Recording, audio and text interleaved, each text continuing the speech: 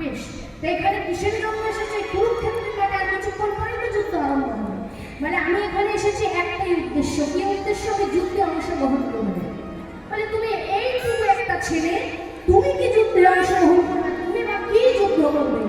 মানে আমি যুদ্ধে অংশগ্রহণ করবো, তা বেশ ভালো কথা। যুদ্ধে অংশগ্রহণ করবে, নিশ্চয়ই তোমার দাদুর পক্ষ নেবে। বলে না, আমি আমার দাদুর পক্ষ নিতে এখানে আসিনি। যা বাবা, তোমার দাদু পঞ্চপাণ্ডব, তুমি তার পক্ষ নেবে না, তা তুমি কার পক্ষ নেবে বলে এসেছো? বলে এখানে আমি যুদ্ধে অংশগ্রহণ করবো, কিন্তু আমি পক্ষ নেব দুর্যোধন। তোমার নিজের দাদু থাকতে তুমি দুষ্ট দুর্যোধনের পক্ষ নেবে কেন? আর তুমি কি জানো দুর্যোধনদের পক্ষে 11 লক্ষ সেনা আর পঞ্চপাণ্ডবদের 7? তাহলে কোনটা ভালো হবে? 7 না 11? কোনটা? আমরা যদি বিচার করি কোনটা বলো?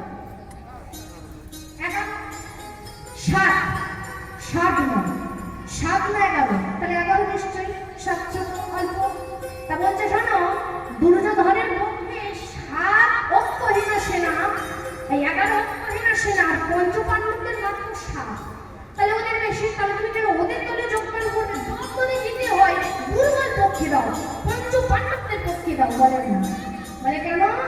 বলে আমার দাদুরা 1 নিয়েই থাকুক আর 7 নিয়েই থাকুক আর 0 নিয়ে থাকুক, আমার দাদুরা তো কোনো দুর্বল পক্ষ হতে পারে না। কারণটা কি? বলে যে পক্ষে স্বয়ং কৃষ্ণ রয়, সেই পক্ষ কি দুর্বল পক্ষ হয়? যে পক্ষে স্বয়ং কৃষ্ণ রয়, সেই পক্ষ কি দুর্বল পক্ষ হয়?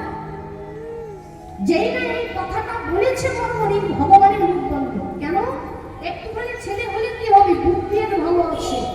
তা বলছে বেশ, তুই যখন যুদ্ধে অংশগ্রহণ করতে এসেছিস, নিতে এসেছিস, একটা কাজ কর, আমি তোকে একটু কিছু পরীক্ষা করবো। সেই পরীক্ষায় যদি তুই পাস করতে পারিস, তাহলে তোকে আমি যুদ্ধে অংশগ্রহণ করাবো, নেবো। কিন্তু যদি হেরে যাস তাহলে নেব। মানে কি বলো? মানে বলতো ওই অদূরে ওই যে গাছটা দেখা যাচ্ছে, ওই গাছে কতগুলো পাতা পড়ে, সেটা কি বলবো? 1 লক্ষ থাকতে পারে, 1 কোটি থাকতে পারে, ওটা তো বলা যায় না। গাছের পাতা যেমন ঝরে যায়, আবার বুঝি হয়ে যায়, তো ওটা আমি বলতে পারবো না। আচ্ছা বেশ, তাছাড়া ওই গাছের যতগুলো পাতা আছে, সবগুলো পাতা কি তুই একটা বান মেরে ছিদ্র করতে পারবি? একটা বান মারলে ওই একটা তীর ধনুকে সবগুলো পাতা তোকে ছিদ্র করতে হবে। ছিদ্র মানে বোঝেন? ছিদ্র করতে হবে। যেই না এই কথা বলেছে, বর্মণি এখন মাগি করেছে, মনটা খারাপ করে চোখটা বন্ধ করে মনে মনে ভাবছে, হে রবীন্দ্র, আমি যে কেন আজকে নিজের দাদুর কথা ছেড়ে দিয়ে দুষ্ট দুর্যোধনের পক্ষ নিয়েছি, এটা তুমি জানো না। কারণ মা বাবা কোনো যদি প্রতিজ্ঞা করায়, সেই প্রতিজ্ঞাটা করে লঙ্ঘন করতে নেই। যেদিন আমার মা মারা যায়, এটা মনে মনে ভাবছে, যেদিন আমার মা মারা যায়, সেই দিন আমার হাত দুটো আমার মায়ের বুকে জড়িয়ে ধরে আমাকে বলেছিল, বাবা, কোথাও যদি ধর্মযুদ্ধ হয়, যে পক্ষটা দুর্বল পক্ষ, তুই সেই পক্ষে গিয়েই যোগদানটা করবি। আর আমার মতে বলে দুর্যোধন না দুর্বল পক্ষ, বিচারটা একই আছে, ঠিকই আছে। যেই না এই কথাটা বলেছে, কৃষ্ণ বলল বেশ, একটা কাজ করো, তুমি কি এখন প্রস্তুতি আছো? বলে হ্যাঁ। কি করেছে দেখুন, ভগবানের কাছে কি চালাকি করে দিয়েছে। কি চালাকি?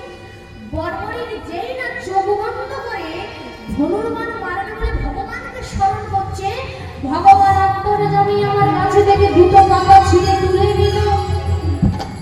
2টো পাতা ছিঁড়ে তুলে নিয়েছে। দেখুন ভগবান কি চোখে সেই দিনও চতুরালি করেছে না? এগুলো করলো কোন দিন চতুরালি? যেদিন অসুররা অমৃতের ভাণ্ড নিয়ে চলে গিয়েছিল আর ভগবান মোহিনীর রূপ ধারণ করে ওই অমৃতের ভাণ্ড এনেছিল, সেই দিনের মতো আজও বাবা ক্ষমা করল। গাছে থেকে 2টো পাতা ছিঁড়ে তুলে নিল। 2টো পাতা ছিঁড়ে তুলে নিল ভগবান, কিন্তু নিয়ে রাখলো কোথায়? একটা এই হাতের তালুর মধ্যে লুকিয়ে রাখলো, আর একটা চরণের নিচে, মানে কথা বাংলা ভাষায় যেটাকে বলে পা, পায়ের নিচে রেখে দিল। 2টো পাতা 2 জায়গায় ভগবান লুকিয়ে রেখে দিয়েছে। এবার 2টো পাতা লুকিয়ে রেখে ভগবান চুপ করে দাঁড়িয়েছেন, কিচ্ছু জানে না। এই বর্বরী কি করেছে? তাড়াতাড়ি করে আস্তে আস্তে চোখটা খুলে আর গান্ডীব ধনুটা দিয়ে মেরেছে। যেই না গাছে গিয়ে মেরেছে, ছিল সবগুলো পাতাই একটা বানে ছিদ্র হয়ে গেছে। যেই না ছিদ্র হয়ে গেছে ভগবান একটু চমকে গেছে যে একটা বানে যদি সবগুলো পাতা ছিদ্র করতে পারে তাহলে যিশু বালক হতে পারে না। এই যিশু বালক হতে পারে না, এর মধ্যে কিছু আছে। তা বলছে যে ভগবান এইবার রাস্তাটা ক্লিয়ার করো। আমি তো যুদ্ধে জিতে গেলাম, তো পরীক্ষায় সাকসেস হয়ে গেছে, রাস্তা ক্লিয়ার করে তুমি চাকরি করতে পারো তাহলে বাড়ি যাওয়ার কোনো তাড়াহুড়ো নেই, বসে এসে কীর্তন শোনো। আমি বলছি না, ভগবান বলছে কাকে এই যে তুমি কি চাকরিটাকে করবে নাকি করবে না? তো তাহলে শোনো মন দিয়ে, তুমি যে বলছো গাছের সবগুলো পাতা ছিদ্র করেছো, তুমি তো দুটো পাতাই এখনো পারোনি। যেই না বলেছে তুমি দুটো পাতা এখনো পারোনি, এখন বড় বলছে প্রভু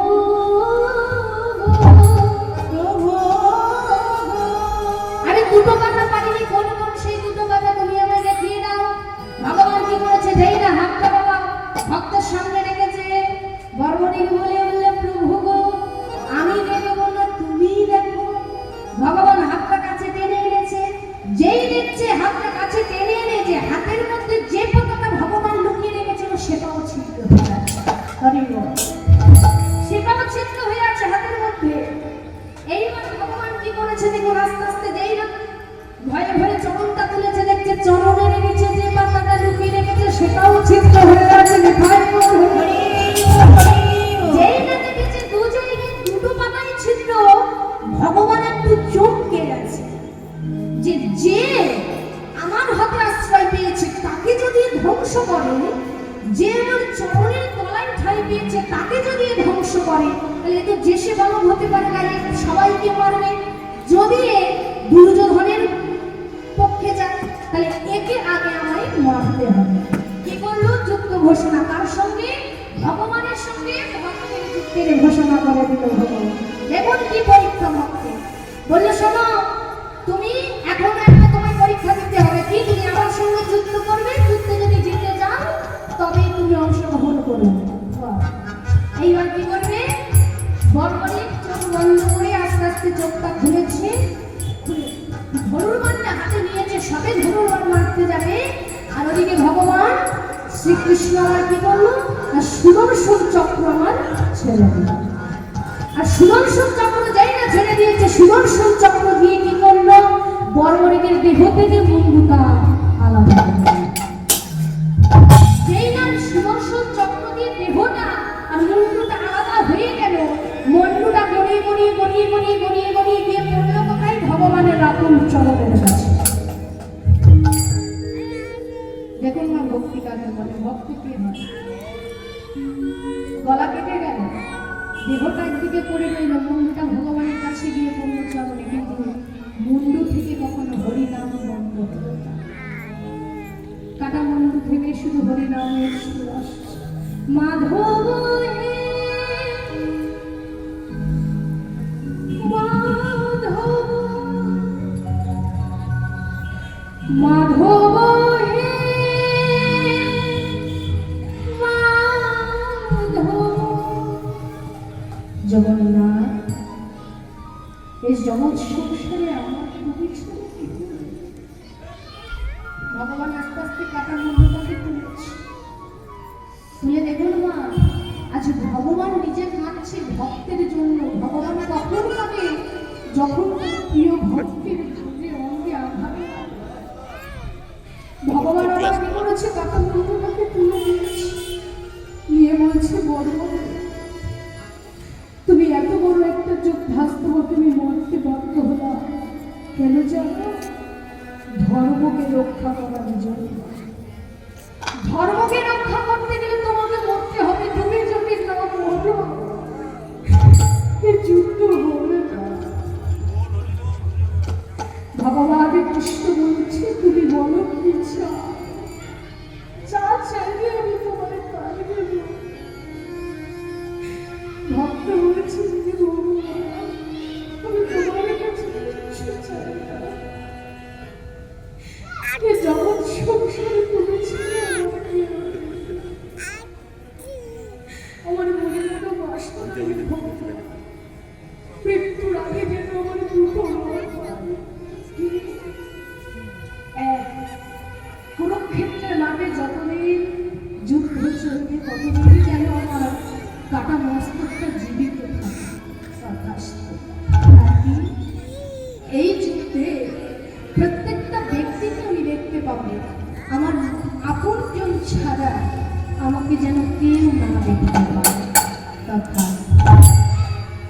এই ঘটনাটা যখন ভগবান ভীমকে বলেছে, ভীমের মাথাটা না নিচু হয়ে গেছে।